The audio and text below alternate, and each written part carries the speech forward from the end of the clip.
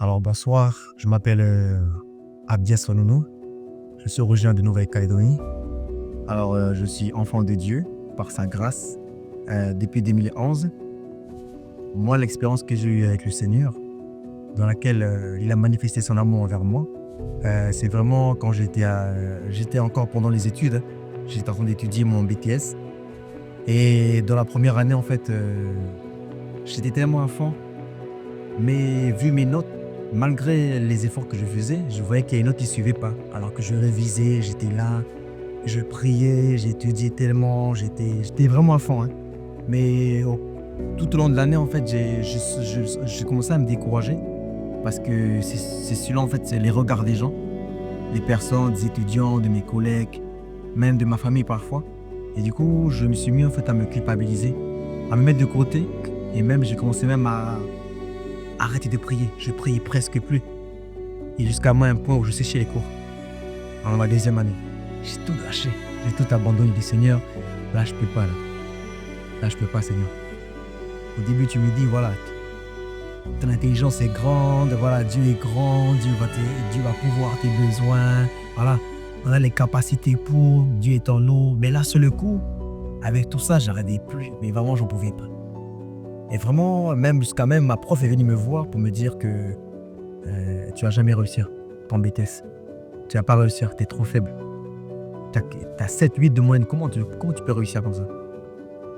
Et elle m'a dit, mais ce que je vois en toi, c'est que tu as la volonté de réussir. Mais tu n'arrives pas.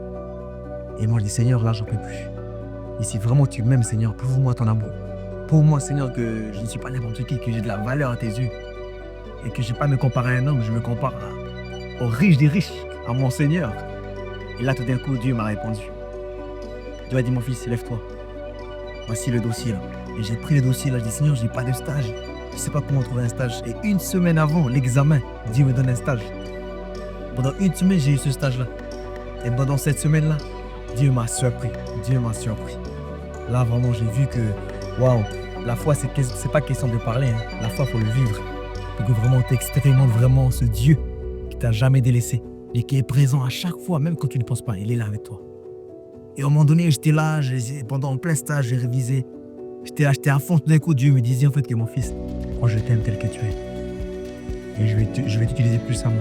Ce stage, ça va être un témoignage puissant devant tes professeurs et tes étudiants. Ils vont voir, ne t'inquiète pas. Je dis, ok Seigneur, ce stage je le prends à cœur. Pourquoi? Parce que tu m'aimes.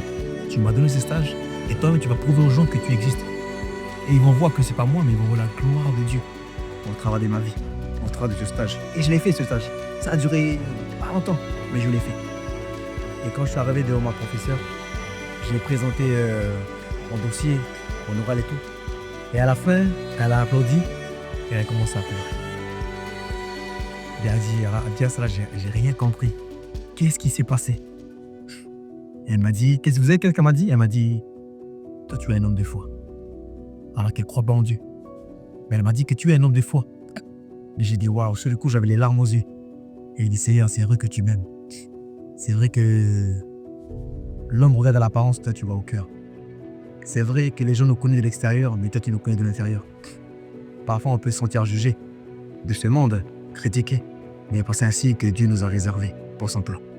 Et je prie que ça t'en partage au nom de Jésus. Amen.